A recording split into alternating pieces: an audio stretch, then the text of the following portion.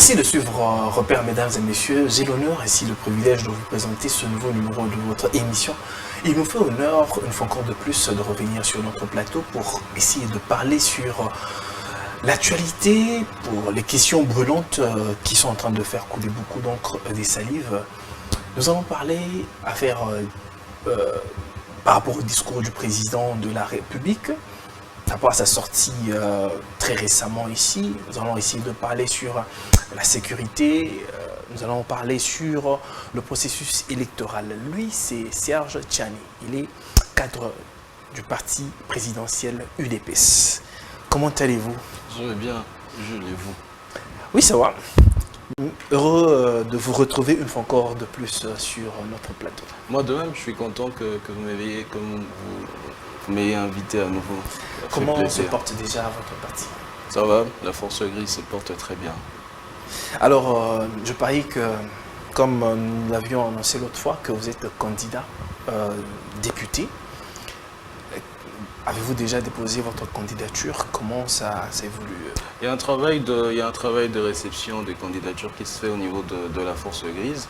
Donc les camarades de la force grise à Kinshasa et partout dans le pays qui désirent participer cette fois-ci dans cet exercice sont appelés à déposer leur candidature. Donc on a une commission électorale permanente au niveau du mouvement qui est en train de réceptionner les candidatures. Ça se passe très bien, on réceptionne les candidatures, on essaye en interne avec cette commission électorale permanente d'analyser déjà, de traiter toutes les candidatures qui nous sont proposées. Les candidatures doivent répondre à deux critères essentiels. Le premier grand critère, c'est les critères en interne au niveau du mouvement. Il faut répondre à ça. Et le deuxième grand critère, ce sont le groupe de critères que la CENI a mis à la disposition de ceux qui veulent se porter candidat. Donc de notre côté, on se dit que voilà, il n'y a pas que les critères de la CENI, il y a également les critères propres au mouvement auxquels il faut répondre positivement et ensuite espérer être aligné sur les listes pour être candidat pour le compte du mouvement. Très bien. Nous allons juste vous souhaiter une bonne chance. Merci beaucoup. Très bien. Alors, j'aimerais que tu puisses nous donner votre avis par rapport à la situation sécuritaire qui prévaut à Kinshasa. Dernièrement, le général Silvano Kasongo venait d'appréhender 27 criminels dont ils les ont déférés devant la justice et viennent d'être condamnés. Quand tu regardes cette affaire de kidnapping, sécurité qui devient assez grandissante en République démocratique du Congo, quelle est l'analyse que vous faites par rapport à ça? Mais bon, déjà, il faut dire que moi, je compatis avec les familles de ceux qui ont perdu le proche, parce qu'il y a de familles dont les proches n'ont jamais été retrouvés, il y a d'autres familles qui ont retrouvé des proches morts. Tout ce genre-là, voilà, il faut compatir au malheur de nos compatriotes, au malheur de toutes ces familles-là. Mais effectivement, il y a l'insécurité. Kinshasa, c'est une mégapole et Kinshasa n'échappe pas au phénomène des mégapoles partout dans le monde, cette question d'insécurité. Et la police a été à l'œuvre pour arrêter la plupart d'entre eux. On a assisté au procès de ceux qu'on a qualifiés des kidnappeurs et qui ont avoué effectivement d'abord à l'étape de la police et ensuite au procès. Voilà, il y en a qui ont effectivement avoué qu'ils étaient des kidnappeurs. Pour ne pas vous interrompre, vous avez dit que Kinshasa c'est un mégapole. Bon, voilà, mais pourquoi ça intervient seulement en cette période et ça devient très récurrent? Comme on en a parlé il y a très longtemps, ça a toujours existé, mais pas de cette manière. Mais pourquoi seulement en cette période où c'est vraiment...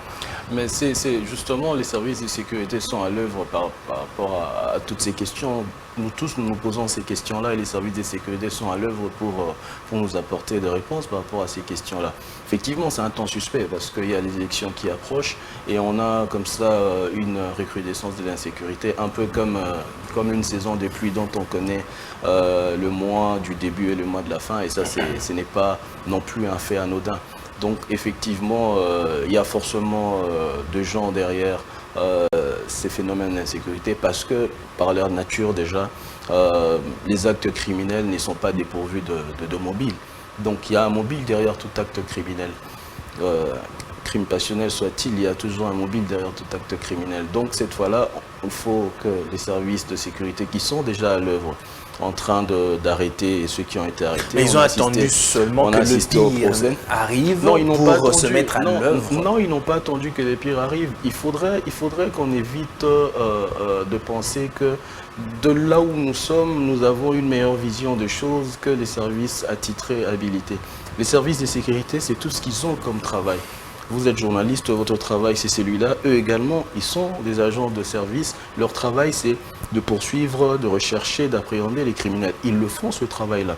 S'ils ne le faisaient pas, ils ne nous auront jamais présenté les criminels qu'on a vus dans des procès. Donc parfois, dès l'extérieur, nous devons avoir un tout petit peu de recul pour essayer d'apprécier ce qui est en train d'être fait, sans pour autant crier victoire. Non, on apprécie ce qui est en train d'être fait et on encourage les services à continuer ce qui est en train d'être fait. C'est-à-dire qu'on doit arriver à dire, voilà, de tel mois à tel mois, on a effectivement observé qu'il y a eu une baisse considérable dans cette machine de l'insécurité qu'on a pu observer dans la ville de Kinshasa. Donc voilà, des services travaillent, ça serait quand même une erreur et ça serait peut-être un peu trop prétentieux de penser que voilà, ils ne travaillent pas et qu'ils ne font pas bien leur travail. Il y a eu des condamnations, bel et bien. Mais il y a le président de la CAJ, Maître Georges Kapiamba, qui avait fait un tweet pour demander à ce que le gouvernement ouvre un œil par rapport aux magistrats qui sont des corrompus. Parce que lui dit qu'il a une liste des personnes, des magistrats corrompus, qu'il a déposé leur nom. Mais on dirait que l'État ne fait absolument rien, ou bien la justice ne fait absolument rien par rapport à ces magistrats qui déraillent un tout petit peu. Et il demande à ce qu'on puisse faire le suivi par rapport à la justice. Non, il y a deux choses. C'est-à-dire, non, il y a deux choses. Il y a un problème avec l'appareil judiciaire. Et ça, même le président de la République l'a dit dernièrement. On va en arriver voilà, là. Dans sa sortie médiatique. Il y a un gros problème avec cet appareil judiciaire. Mais voilà, c'est-à-dire que c'est un problème qui remonte à plus de 20 ans. À plus de 30 ans d'ailleurs, moi je dirais. Et c'est un mal de notre société qu'on doit soigner. Ça, c'est une chose. Et la deuxième chose, c'est que Maître Kapiamba fait bien de déposer cette liste-là au niveau du Conseil supérieur de la magistrature. La machine va s'enclencher. Et il fait bien également de rappeler que, voilà, il a fait ce travail-là, il a déposé ce travail-là. Il fait bien de le faire. Donc, tout citoyen, d'ailleurs, qui serait victime d'actes de corruption, qui serait victime d'actes d'intimidation de magistrats ou de quelque autorité que ce soit, pourrait également faire la même chose que Maître Kapiamba, aussi cela, l'état de droit. Moi, je ne vois aucun mal en la démarche de Maître Kapiamba, pas du tout. Le président ne s'y oppose même pas. Donc, très bien. Qu'est-ce qui fait que, par rapport aux enquêtes, on a appréhendé ces malfrats, certes, ils sont condamnés, mais on ne cesse de parler de la vente des organes. Mais chose grave, c'est que la population s'indigne, c'est que on est en train de démentir cette information dans laquelle il n'y a pas vente des organes. La question est celle-ci. Pourquoi est-ce que les enquêtes ne se font pas pour chercher à dénicher si réellement il y a vente des organes? Mais qui vous a dit? Parce qu'en lingala, on dit Milinga et Pelara, en fait, Matapambate. Non, il n'y a pas de fumée sans feu. Mais qui vous dit qu'il n'y a pas des enquêtes? C'est aussi cette prétention-là que moi je ne veux pas. Qui sait qu'il n'y a pas des enquêtes? S'il y a des enquêtes, c'est-à-dire que non, mais s'il y a des enquêtes, on ne va pas nous informer qu'il y a enquête.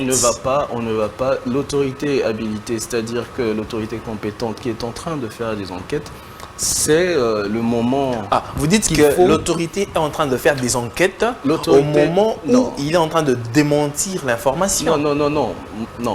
Il faut que ce soit clair parce qu'il ne faudrait pas que vos téléspectateurs s'embrouillent. Vous essayez de me dire qu'il n'y a pas d'enquête. Moi, j'essaie de vous dire, je ne sais pas. Moi, je suis en train de vous dire que ce serait très prétentieux de penser qu'il n'y a pas d'enquête. Parce qu'il y a des services qui n'ont que ça comme travail.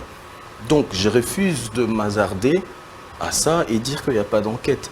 Moi, je pense qu'il y a des enquêtes en cours et que l'autorité compétente va communiquer le moment venu par rapport aux enquêtes qui sont en train d'être faites. Ça ne serait pas une contradiction? On dirait que les autorités habilitées à faire ce travail sont en train de se contredire d'une certaine façon. Prenons l'hypothèse qu'ils sont en train de faire une enquête. Pourquoi communiquer et dire qu'il n'y a pas vente des organes s'ils sont en train de faire une enquête? Il serait mieux peut-être qu'ils se taisent de venir communiquer plus tard. Non, ils sont spécialistes dans ce qu'ils sont en train de faire. Ça, c'est désorienter la population. Ils sont spécialistes des services de sécurité. Monsieur Jules, vous devez avoir à l'esprit, et tous les Congolais doivent avoir à l'esprit, que les services de sécurité ont pour mission première de protéger les Congolais et leurs biens. D'accord? Ça veut dire que la manière de communiquer, que ce soit par le porte-parole du gouvernement ou par le ministre de l'Intérieur ou par la police et toutes les autres autorités, c'est d'abord dans le but de protéger la population. S'ils estiment qu'il faut communiquer d'une certaine manière pour ne pas plonger comme ça tout un peuple dans la psychose, ils ont le droit de le faire.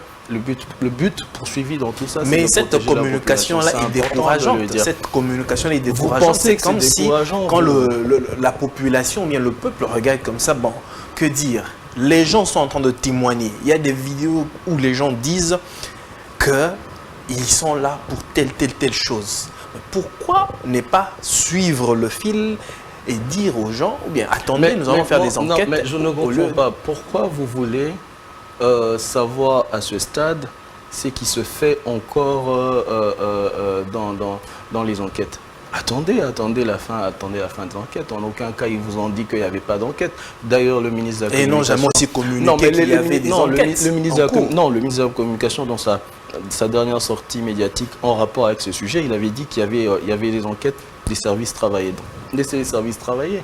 Mais si le service travaille, il y a... Laissons les services travailler. Les médias a fait un communiqué. Les médias un communiqué pour démentir l'information qui circule. Il faudrait que dans ce genre de situation, les médias soient également responsables. Vous avez une grande responsabilité. Alors, la vôtre, ça ne serait pas de plonger le peuple dans la psychose. Vous avez une responsabilité aujourd'hui, c'est de rassurer également le peuple. Et prenez la parole de personnes habilitées, c'est-à-dire les autorités, qui communiquent dans ces sens et essayez d'en faire la diffusion pour rassurer le peuple. Si les autorités, eux qui ont les informations qu'il faut, eux qui savent ce qui se fait en ce moment, communiquent dans le sens d'apaiser la population, non sans ignorer qu'il y a effectivement cette insécurité-là et qu'ils y travaillent et que de l'autre côté, les médias, vous faites pratiquement le contraire, vous plongez les gens dans la psychose et c'est très dangereux pour les vivre ensemble. Bon, il faudrait plutôt que l'État sache comment communiquer. Nous allons prendre cette question par rapport à la sortie médiatique du président de la République. J'aimerais que vous puissiez me donner d'abord vos impressions. Il y a une chose que les gens sont en train de dire, l'opinion. Dit comment est-ce que le président de la République peut se faire interviewer par sa porte-parole? C'est interdit ou par qui? Parce que moi je trouverais légitime que les gens disent, et ça je veux vraiment le préciser, je trouverais légitime que les gens disent que nous aurions préféré que, vous voyez, que de dire que ce n'est pas normal, ça ne se fait jamais. Mais qui a dit que ça ne se fait jamais? Qui a dit que ce n'était pas normal? Ça viole quelle loi?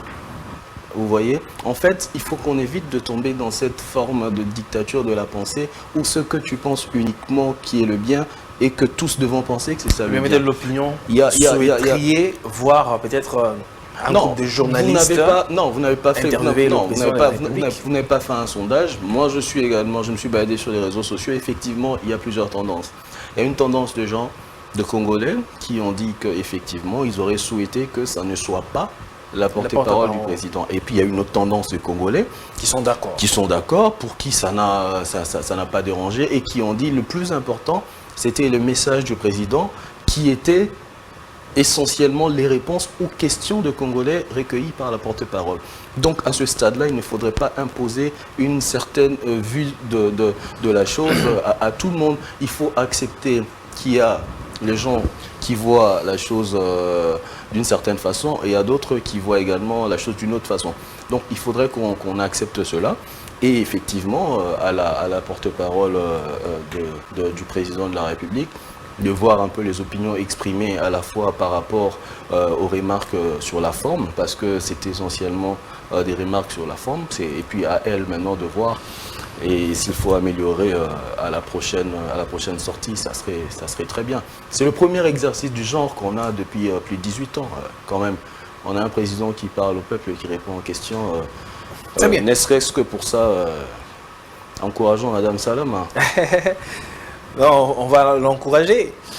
Bien, nous allons aller un peu faire un décryptage par rapport à ce discours, ou bien par rapport à cette interview. Comment avez-vous d'abord apprécié? Moi, j'ai beaucoup apprécié. J'ai trouvé le président de la République très cohérent, calme. C'est un tribun, donc la prise de parole, c'est pas un exercice nouveau pour lui. C'est une personne qui est très à l'aise dans cet exercice-là et il n'a plus rien à démontrer de ce côté-là. J'ai trouvé qu'il était calme, qu'il était cohérent, qu'il était pertinent. Et surtout, moi, j'ai noté son renouvellement de son engagement à servir le pays sans ménager un quelconque effort. Donc, de mon côté, c'était une belle sortie médiatique du président, en tout cas. Très bien.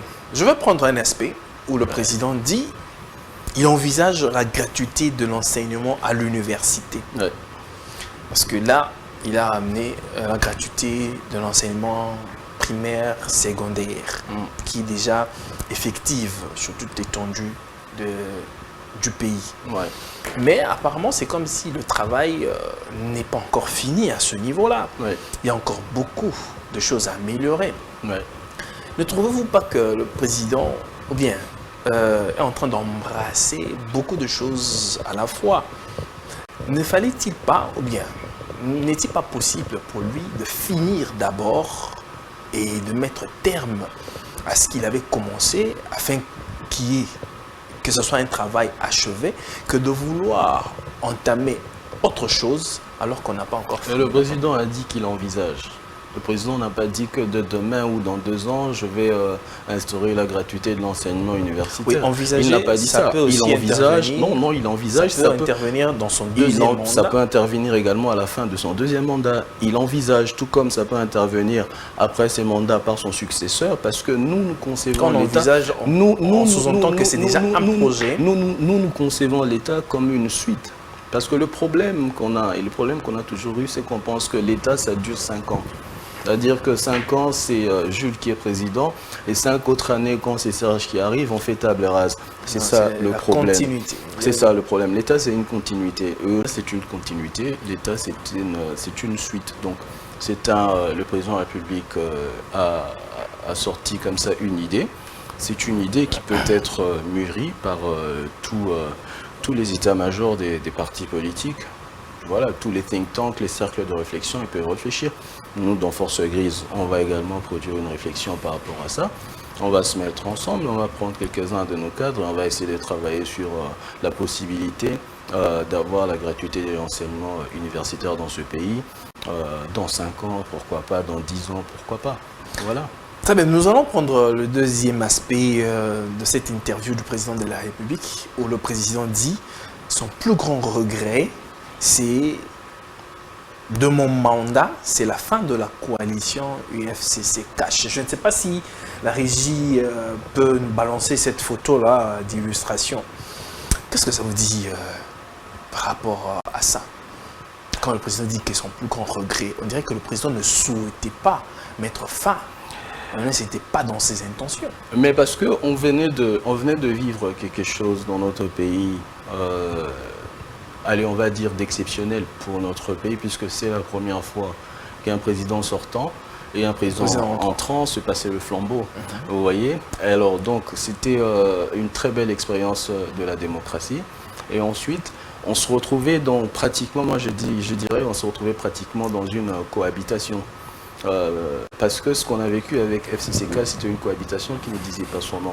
C'est-à-dire que nous, on gagne l'élection présidentielle, mais nous n'avons pas la majorité qu'il faut au Parlement pour nous permettre de diriger calmement et aisément le pays. Et il se trouve que le FCC avait la majorité au Parlement. Donc on devait cohabiter ensemble. Et le président, voilà, c'est un démocrate rompu. Il pensait que ça serait possible. Pourquoi? Parce que lui, il a dans sa tête pour idéal que la République. Il pense d'abord aux intérêts du pays et jamais aux intérêts personnels. Donc il pensait que tout le monde penserait comme lui et qu'on mettrait de côté les petites querelles de politique pour essayer de mettre en avant le pays.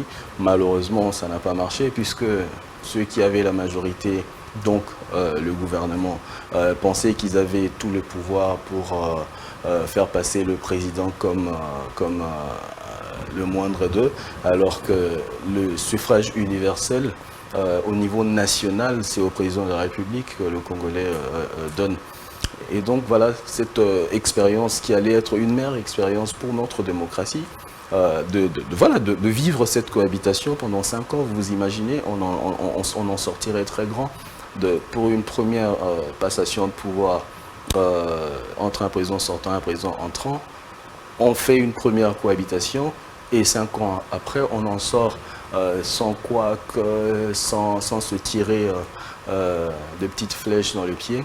Ça serait une grande expérience. Donc, effectivement, c'est un regret et je pense également, moi aussi, je pense que c'est un regret. On aurait vécu une meilleure expérience. Malheureusement, tout le monde n'a pas compris ce que le président avait compris. Voilà, on s'en est trouvé à cette rupture avec le FCC. Quand est-ce qu'une coalition se forme et quand est-ce qu'elle s'est dissoute? Mais elle s'est formée là, par exemple, pour gouverner. C'est-à-dire que notre système veut que le gouvernement soit l'émanation de la majorité au Parlement. En clair, ça veut que le Premier ministre vienne de la majorité au Parlement. Le président de la République nomme le Premier ministre de la majorité au Parlement. Et donc le président de la République qui n'avait pas de majorité au Parlement était obligé, en fait, si vous voulez, c'est une obligation légale sous-entendue. La loi oblige, la Constitution, la loi mère oblige le président de la République à collaborer, à coaliser, avec ceux qui ont la majorité à l'Assemblée nationale, tant que lui n'a pas cette majorité-là. Vous voyez un peu? Et c'est comme ça que nous nous sommes sentis obligés de former cette coalition FCC-CACH. Donc voilà, c'est la Constitution qui nous a obligés à former cette coalition. Et c'était une très belle expérience pour notre jeune démocratie. Malheureusement, tout le monde n'avait pas la même compréhension des choses. Il y a des gens qui pensaient qu'ils devaient rester éternellement au pouvoir. Et puis, nous, on n'avait pas cette conception-là de l'État et du pouvoir. Nous, le pouvoir, l'État, c'est pour servir d'abord et non se servir. Voilà, il y a eu un couac au niveau de la compréhension des concepts et ça n'a pas marché. Qu'est-ce que ça vous dit, cette photo? Ça me dit que voilà, un président sortant qui passe le flambeau à un président entrant pour mon pays. Très belle expérience. Voilà. Mais on dirait, après, le président a tellement, pendant la coalition, il a tellement loué son prédécesseur. Il a dit que le travail qu'il avait abattu était tellement énorme. Mais qu'est-ce qui fait qu'après, le président a commencé à changer un peu de langage, dire que, prenons l'exemple de l'armée, il a dit que l'armée était structurée, il a trouvé une armée bien structurée. Mais après, il n'y a pas très longtemps ici, le président a dit que l'armée était ce qu'elle était. Non, mais la perception du pouvoir de l'extérieur, elle est toujours différente de la perception du pouvoir à l'intérieur. C'est pas pour rien que vous voyez ailleurs, lorsqu'il y a un président sortant et un président entrant, le gap qu'il y a entre la proclamation de résultats pour annoncer le nouveau président, donc le nouveau gagnant de l'élection, et la prestation de serment, il y a un gap qu'on appelle généralement transition. Et c'est pour ça d'ailleurs qu'on appelle pendant ce temps-là le président qui vient d'être voté, on précise que c'est le président élu, parce qu'il y a encore un autre président qui est encore là en fonction le temps de la prestation de serment. Voilà, c'est pas pour rien que pendant ce temps-là, les deux équipes sont obligées de travailler ensemble, parce que la perception du pouvoir de l'extérieur, elle est toujours différente de l'intérieur. Et une fois qu'on rentre dans le pouvoir, dans l'exercice effectif du pouvoir, c'est pas non plus au bout de 4 jours, 2 ans, 1 an qu'on perçoit les choses comme il le faut. Donc avec le temps, effectivement, avec l'exercice du pouvoir également, on perçoit des choses qui avaient un tout autre visage lorsqu'on n'était pas au pouvoir. Ce n'est que normal. Donc les avis peuvent changer au fil du temps, au fur et à mesure qu'on avance. Les avis peuvent changer et on peut prendre on peut prendre de nouvelles décisions beaucoup plus salutaires qu'on ne pensait avant. Des décisions salutaires. Oui. Très bien. Bien, nous allons prendre... Comme la rupture de la coalition, ça a été une décision salutaire. C'était une décision salutaire. C'était vraiment quoi le nœud du problème? Est-ce que le FCC gênait un tout petit peu le cash? Non, mais le président l'a dit dans sa réponse à Madame Salama. Enfin, c'est-à-dire qu'il y a des gens qui pensaient que le pouvoir était éternel et il y a des gens qui pensaient que c'était eux le président de la République. Voilà. Les gens confondaient les choses et on ne pouvait pas continuer à arrêter la République sur des caprices des gens parce qu'ils n'ont pas peut-être pris du café le soir et que le matin ils auraient préféré un thé au lait. Mais pendant la coalition, le président se plaignait de la famille du président Kabila qui ne l'aidait pas à faire son travail comme il se doit. Il faut préciser famille politique, c'est toujours famille important. politique. Ouais. Mais après la coalition, si le président s'est séparé clairement de la famille politique du président Kabila, il reste maître à bord. Mais non, le président continue toujours à se plaindre des choses qu'il trouve avec ces gens à lui, dans sa famille. Qu'est-ce qui se passe? Le président, il ne se plaint pas. Il dit les choses. Il essaie de dire, il essaie de sortir à la surface de l'océan certaines choses qu'il a trouvées qui étaient cachées. C'est pas de plainte. C'est comme par rapport à la justice.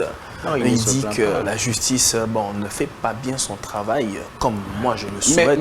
Et il regrette d'ailleurs que sous son mandat, que les choses soient telles quelles. Monsieur Jules, vous et moi vivons dans ce pays depuis très longtemps. Ça veut dire que c'est pas l'année passée que vous êtes devenu majeur. Je ne pense pas, c'est pas non plus le cas pour moi. Et c'est pas il y a 5 ans que nous sommes nous deux devenus majeurs. Nous vivons dans ce pays depuis très longtemps. Vous êtes d'ailleurs journaliste, vous suivez l'actualité à la fois politique, judiciaire de ce pays.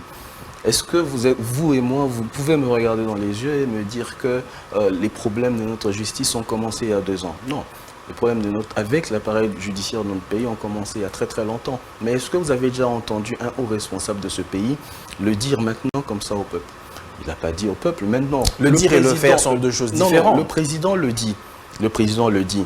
Si ça peut constituer une forme de pression sur tous ces corrompus, en sachant que maintenant le président... Estimez-vous vraiment que le fait de le dire comme ça à la télé, le président peut faire pression sur l'exercice sur les magistrats? L'exercice consistait... Mais les hommes autoges. L'exercice consistait à répondre aux questions de la population. Le président a répondu aux questions de la population. Et par rapport à cette question-là, justement, il a dit ce que tous savions et qu'aucun n'avait dit jusque-là. Et il a dit au peuple, il a dit, mais voilà, vous déplorez depuis très longtemps votre appareil judiciaire, c'est vrai, moi également, je le déplore, mais ça ne veut pas dire qu'il n'y a aucune politique pour arranger les choses qui est mise en place, pas du tout. Il y a des politiques pour ranger les choses qui sont mises en place. Il y a les politiques qui sont mises en place. Il y a les nouveaux magistrats qui viennent d'être recrutés. Oui, les magistrats qui viennent d'être recrutés. C'est une nouvelle génération. Mais le président c'est une nouvelle génération des magistrats qu'il va falloir préserver contre le fléau. Tous ceux qui sont là, majeurs qui sont là contre le fléau de la corruption. Et qu'il faut maintenant essayer d'encadrer pour qu'ils grandissent afin, tous ceux qui sont là, à l'horizon peut-être 2020. Tous ceux qui sont là ont été nommés par le président. La majeure partie de ceux qui sont là ont été nommés par le président de la République, non? Mais le président dit être déçu du bilan de la justice sous sa direction et il dit avoir tout fait. Mais le problème, c'est que... Mais il constate malheureusement que la justice n'a pas rencontré ses attentes. Je sais que vous savez le fonctionnement de l'appareil judiciaire. Le problème, c'est qu'on ne nomme pas les magistrats comme on nommerait les mandataires de l'entreprise publique. Évidemment. Ça veut dire que les magistrats sont des agents de carrière. Les magistrats, on ne va pas chercher un magistrat en dehors du corps, vous voyez ce que je veux dire. C'est-à-dire qu'on va puiser dans le corps existant.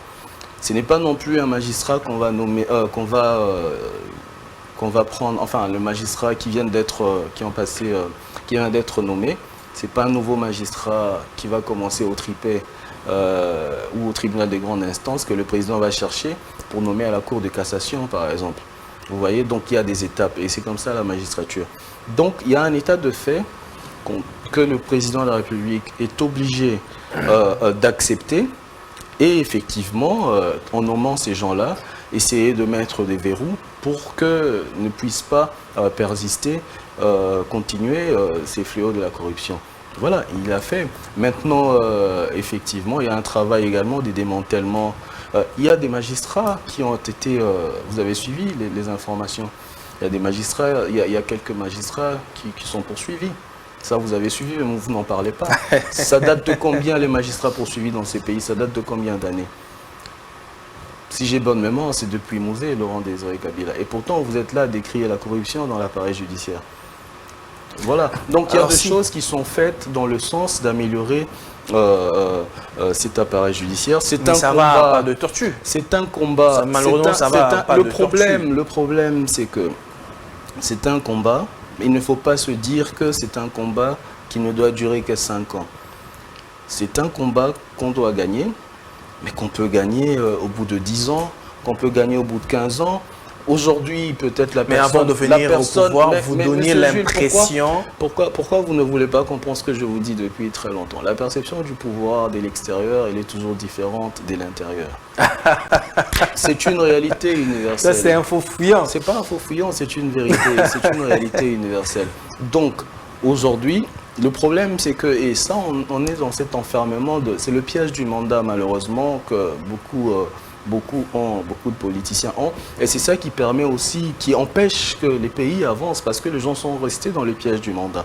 Moi, aujourd'hui, je n'ai pas peur aujourd'hui, et je n'ai pas honte de dire que les bénéfices immédiats de la gratuité de l'enseignement, pour tous, l'enseignement primaire, enfin des bases, vous savez que le bénéfice immédiat, c'est pas le président Tshisekedi qui va profiter de ça, c'est son successeur. Parce qu'un acte comme celui-là, vous avez des résultats palpables au bout de 15-20 ans. Vous voyez? Donc, ça veut dire qu'au bout de 15-20 ans, le président Tshisekedi ne sera plus président de ce pays.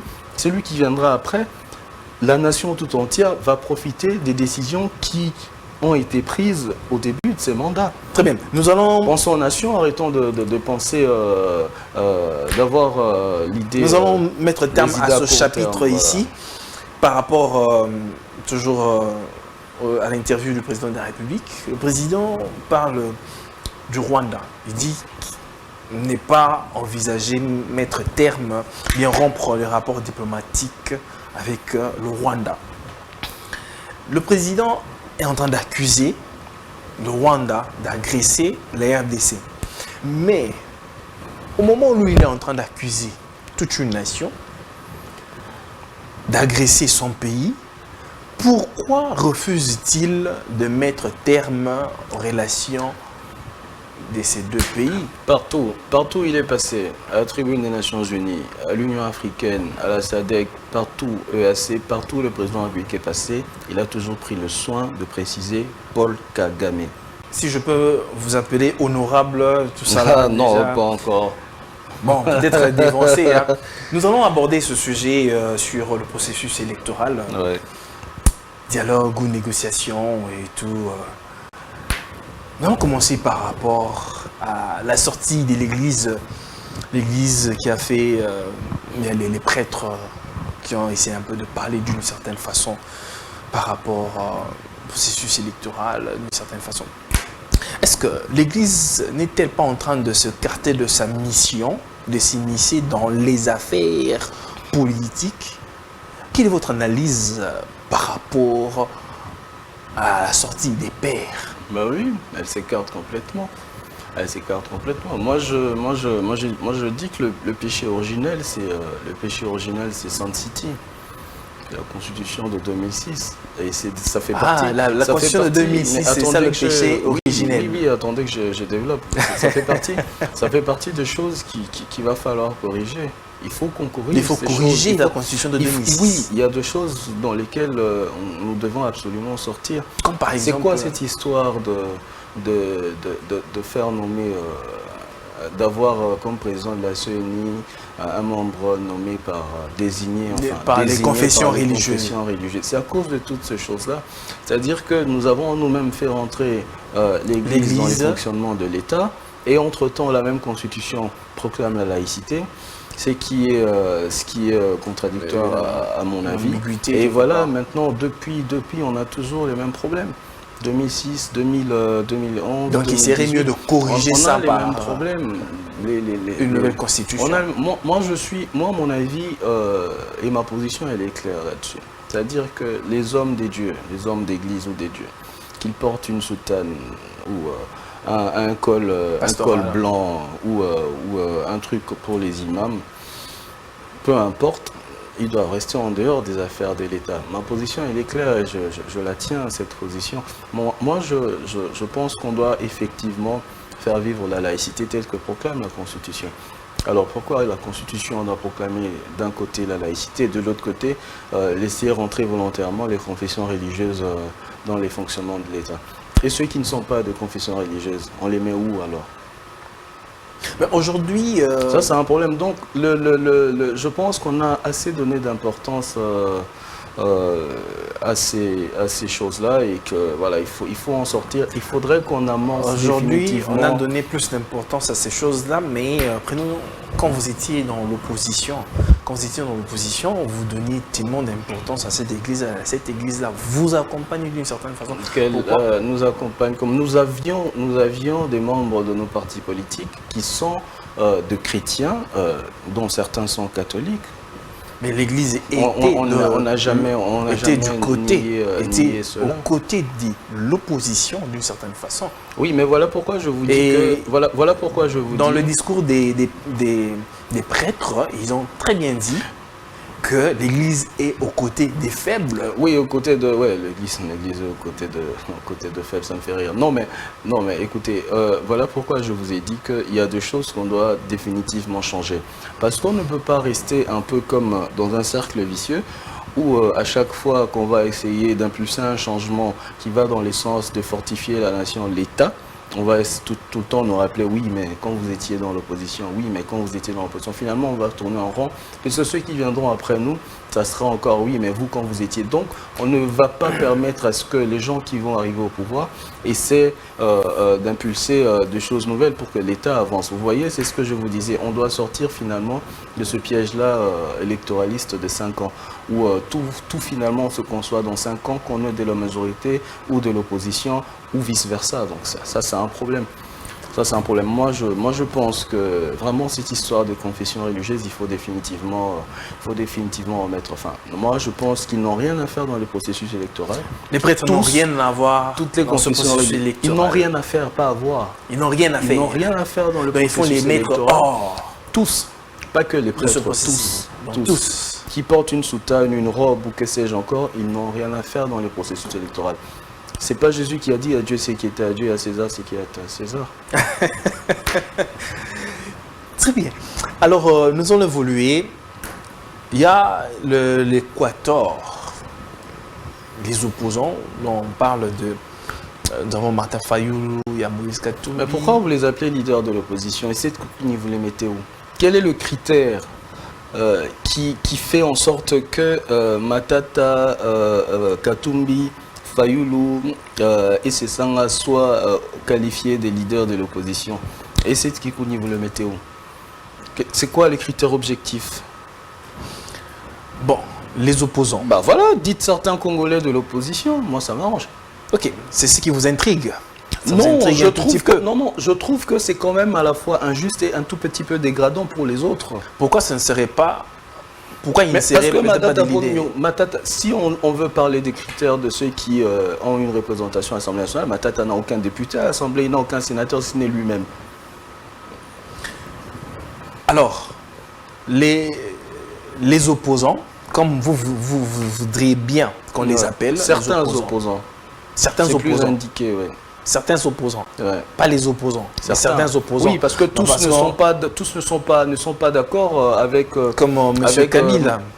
Voilà, tous ne sont pas d'accord avec ce qu'avance l'autre. Il y a la DIPRO de Constant Moutamba qui n'est pas d'accord avec Constant Moutamba jusqu'à preuve du contraire. Apparemment, l'opposition est divisée. L'opposition, oui, mais l'opposition a toujours été plurielle. Hein.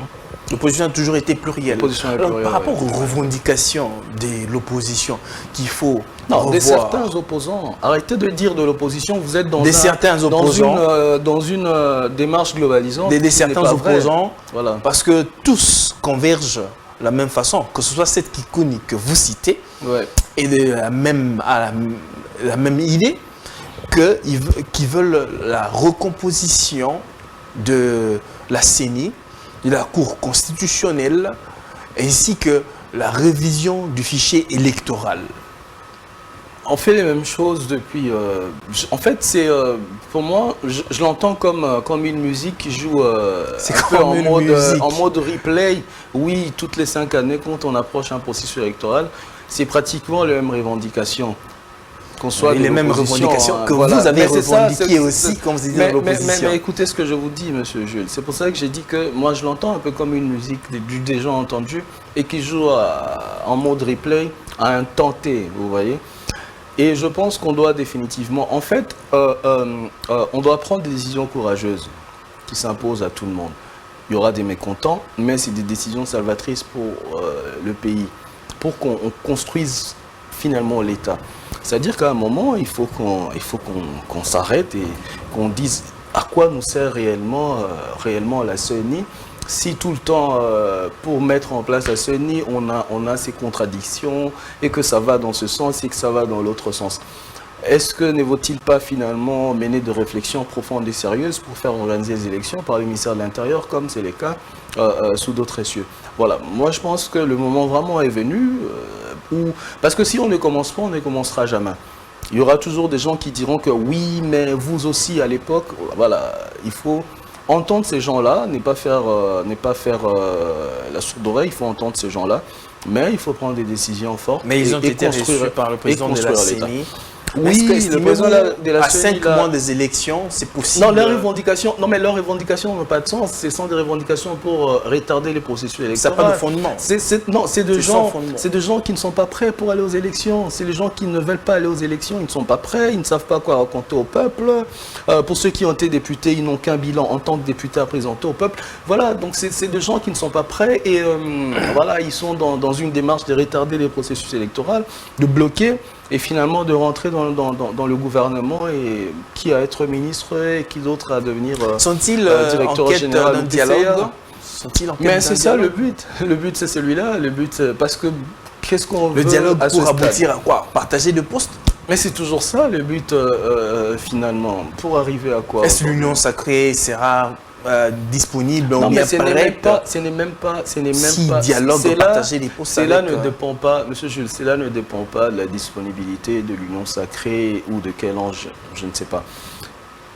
Il est question de faire respecter la loi. Nous, on dit la loi. Nous disons que nous voulons des élections dans les délais de la loi. Kadima nous dit que c'est possible d'avoir les élections dans les délais de la loi. Nous disons, mais allons aux élections dans les délais de la loi. Il y a eu toute la procédure de nomination des membres de la CENI. Ils ont été nommés. Aujourd'hui, Katumbi, Matata et tous les autres veulent qu'on refasse la CENI. Et Constant Moutamba ne veut pas qu'on refasse la CENI. Et que l'autre, comment il s'appelle, Lisanga Bonganga aussi ne veut pas. Comment on fait? On écoute Katumbi, on refuse d'écouter Lisanga Bonganga et les autres. Pourquoi on écouterait ils sont beaucoup plus minoritaires. Ils sont majoritaires. Mais qui vous dit qu'ils sont minoritaires ou majoritaires? Vous faites on a seulement Lisanga Bonganga, on a Lisanga Bonganga et puis Dipro de Constant Moutamba. Vous basez sur seulement les deux là. Vous basez sur quoi pour dire qu'ils sont minoritaires? Ils sont seulement à 2. Attention, il ne faut pas non plus rentrer dans la tyrannie de la démocratie. Ah non. Ah non, non, non, il ne faudrait pas non plus... Il y a la majorité qui est en train de primer, il ne faudrait pas instaurer une tyrannie de la majorité dans ce pays. Non. Pourquoi on ne devrait pas entendre ce que dit Moutamba? Pourquoi on ne devrait pas entendre ce que dit Lissanga Bonganga? Donner des raisons objectives, pourquoi on ne devrait pas entendre ces gens-là? D'autant plus qu'il y a à peine un an, Fayulu n'était jamais d'accord avec Matata et il demandait que celui-là soit jugé, jeté en prison pour l'affaire Boukangalonzo. Vous voyez que ça devient un cirque dans lequel chacun vient jouer un rôle et puis après, il y a des gens qui vont applaudir et qui vont rigoler. C'est pas ça l'État. Notre conception de la République, c'est pas celle-là. Nous devons faire avancer la République, faire avancer les choses. La République, c'est pas 5 ans. La République, c'est pas que les élections, pas du tout.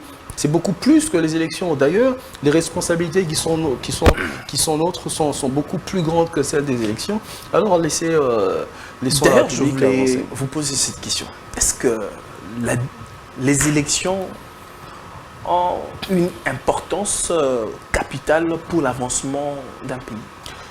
Oui, les élections, elles sont importantes. N'attendez pas de moi que je vous dise que ça ne sert à rien les élections. Non, elles sont importantes, mais c'est pas non plus... je ne pourrais pas non plus vous dire que s'il n'y a pas élection, le pays s'arrête. Pas du tout, je ne dirais pas ça non plus.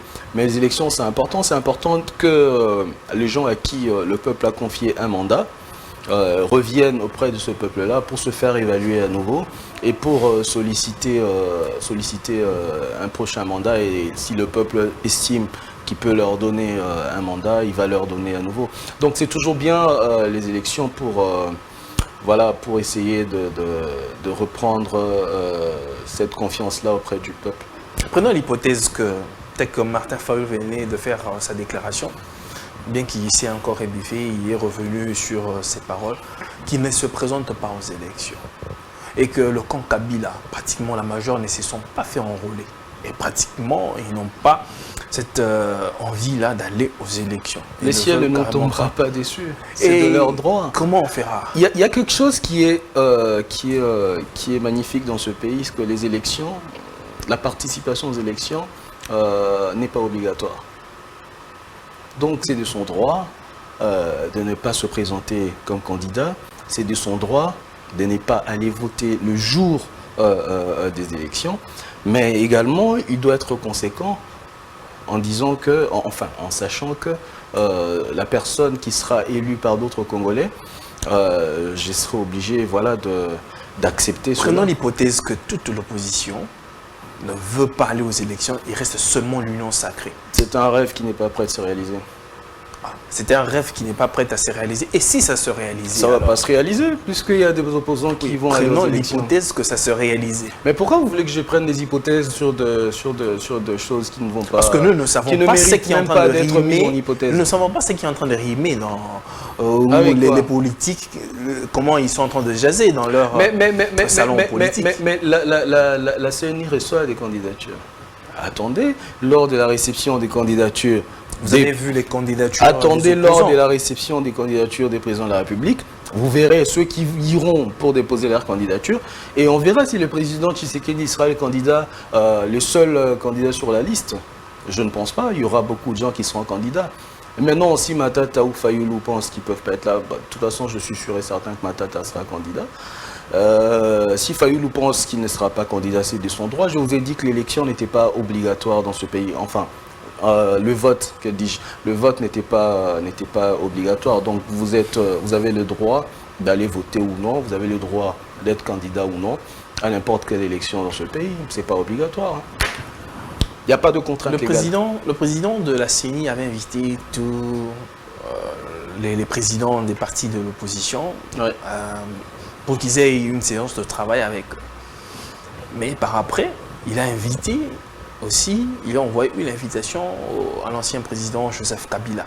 Estimez-vous ou bien trouvez-vous que c'était vraiment impérieux ou bien judicieux que le président Kadima fasse recours ou bien invite le président Kabila? Mais je ne peux pas, c'est vraiment une question que vous adressez au président Kadima. Je ne peux pas répondre à sa place. Je ne suis pas son porte-parole. Il est le seul à savoir pourquoi il a voulu inviter quand vous analysez, c'était Kabila. Vraiment important. Non, mais je ne sais pas, je ne peux pas parler pour lui. Enfin, il a ses raisons, vous voyez. Donc, vous, quand vous m'avez invité à votre émission, vous savez pourquoi vous m'avez invité. C'est un peu comme si je demandais à l'individu X de dire pourquoi Jules m'a invité à son émission. Vous voyez, donc, le président Kadima sait pourquoi il a invité l'ancien président Kabila.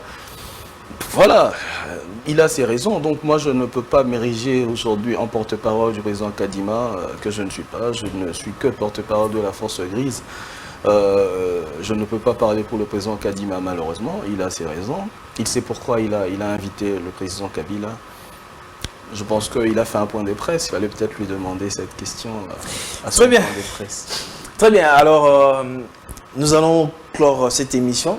Comme vous le savez très bien, nous allons prendre notre rubrique de jour. Très bien, nous allons prendre notre rubrique de jour entre nous et on se retrouve tout juste après.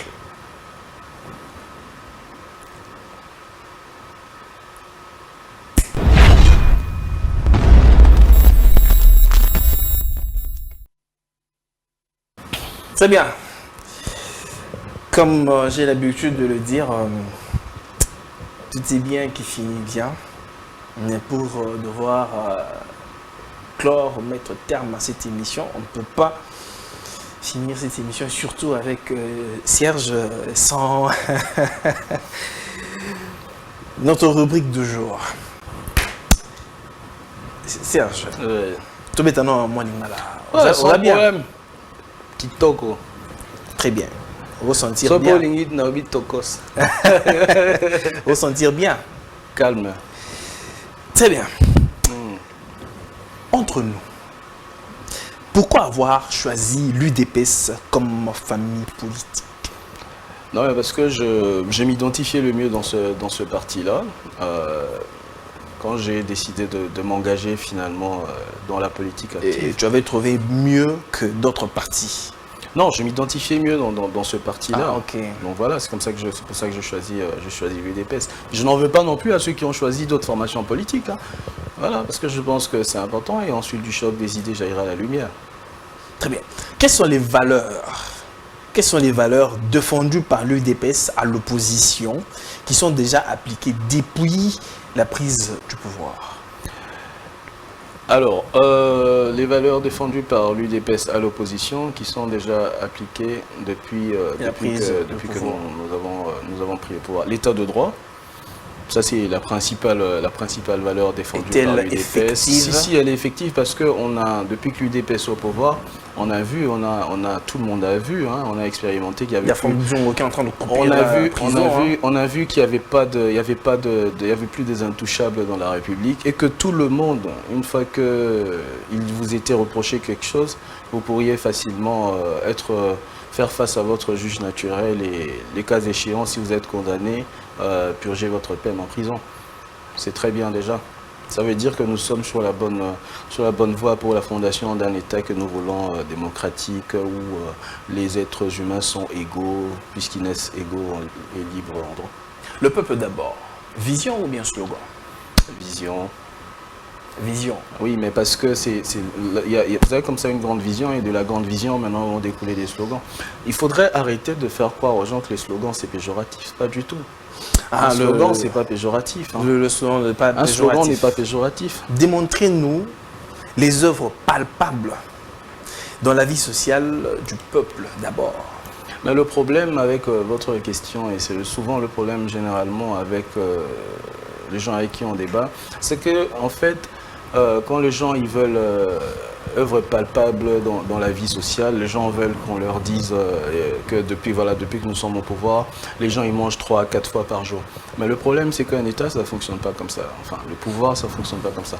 Un État c'est une conséquence de beaucoup de choses. Un État ne démarre pas en 2019 et il va s'arrêter en 2023, non. Vous voyez, donc pour l'amélioration entre autres du social et tout ça, il faut prendre toujours en compte tous les précédents, c'est important. Et donc aujourd'hui, nous travaillons à la reconstruction de tous ces précédents qui étaient pratiquement inexistants et cassés. et nous allons arriver à des très bons résultats. Nous avons le ministre des Finances qui fait un travail extraordinaire, Nicolas Kazadi. Aujourd'hui, la maximisation des recettes, aujourd'hui c'est quelque chose. La maximisation de recettes, ça c'est encore... il y a à boire et à manger là-dedans. Oui, mais c'est ça le problème, parce que il faudrait expliquer, il faudrait faire de la pédagogie, c'est important pour une meilleure compréhension de tous. Est-ce crédible de voir l'UDPS pour reproduire les mêmes œuvres du précédent régime, telles que les arrestations arbitraires? Nous avons vu escader une seule arrestation arbitraire. Il y a Franck Diongo, il y a Moïse Kossa Escadela. Oui, mais en quoi c'est arbitraire? Prouvez-moi.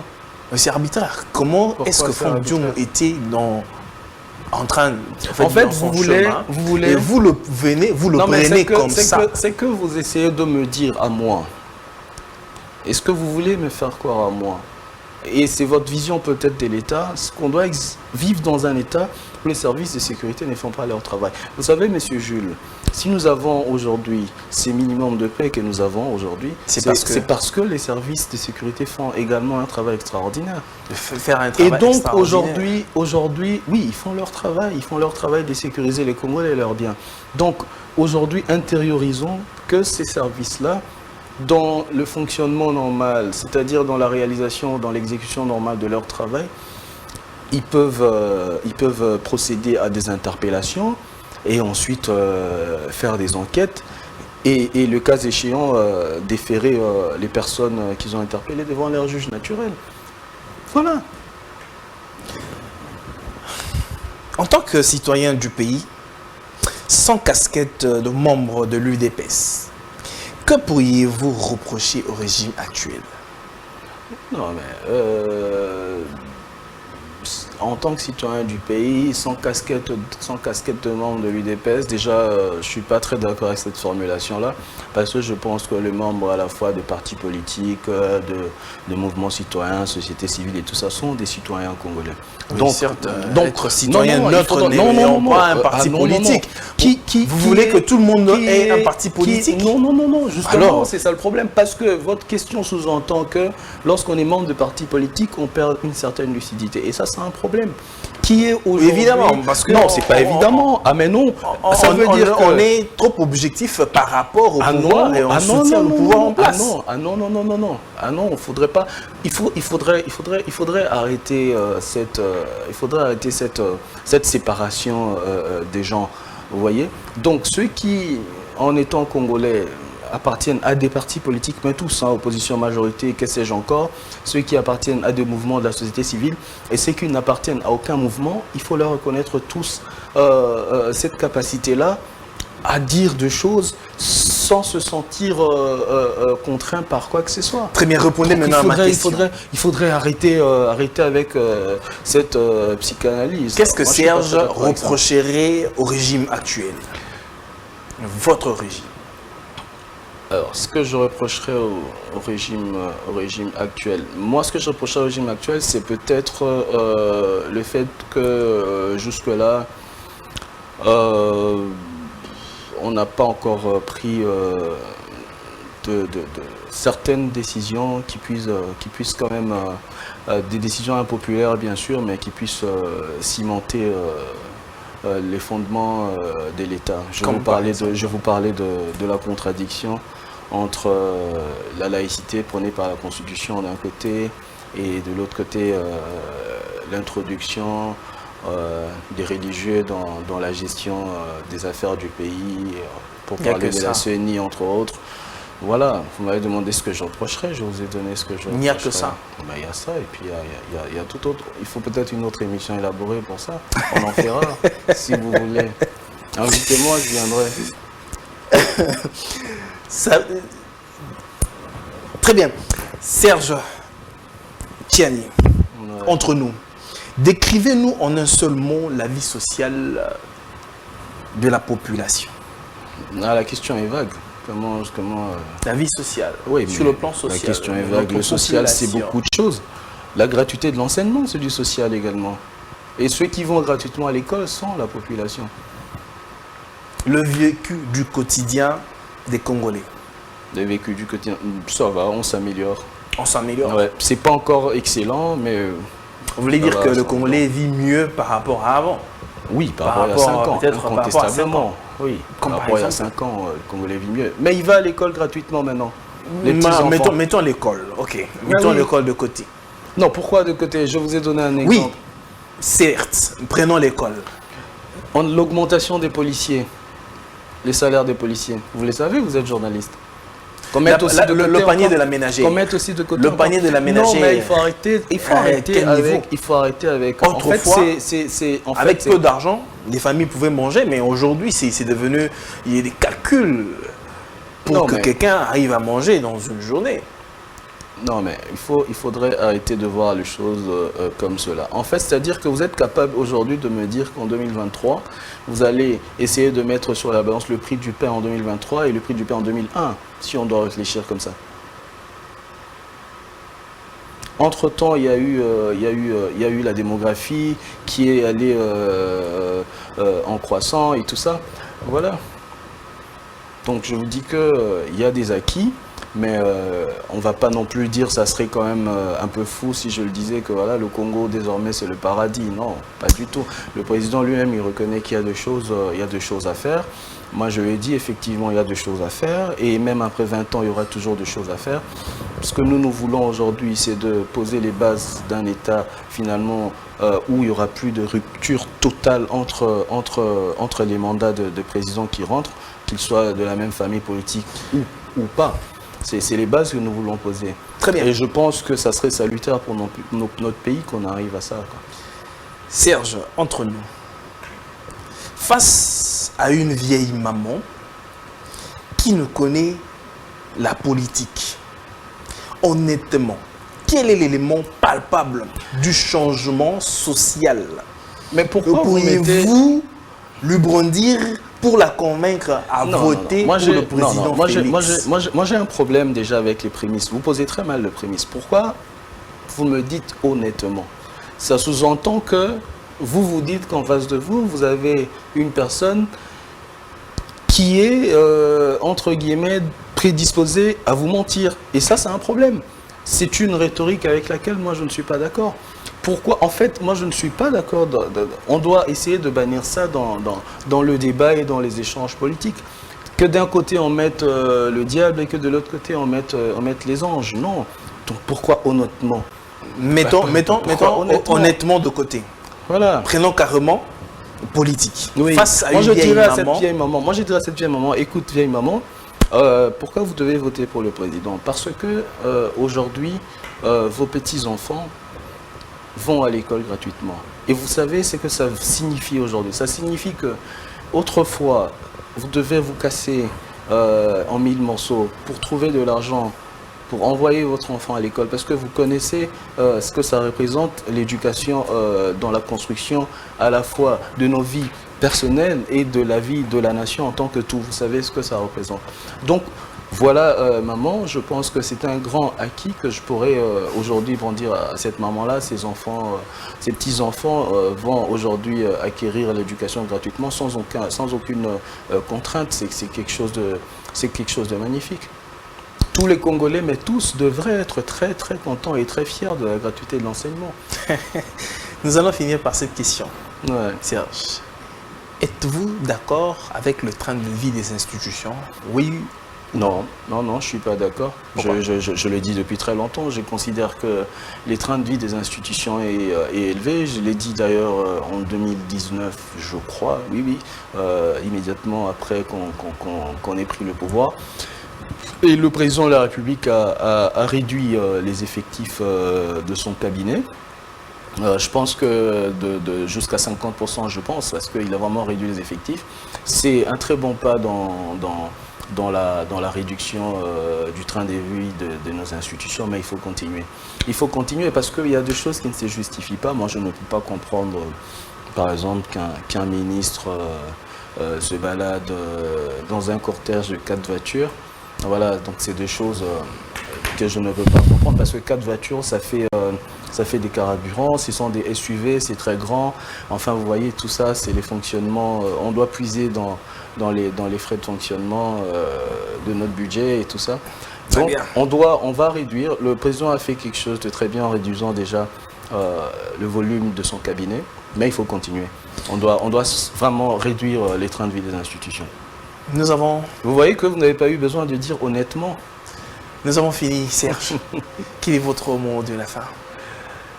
Bah, merci à toi de m'avoir invité. Et puis, je demande aux Congolais de prendre conscience que nous n'avons que le Congo. C'est notre bien le plus commun et qu'il est important qu'on prenne conscience que le pays, comme les êtres humains, ça peut mourir. Et battons-nous tous les jours pour que le Congo ne meure jamais.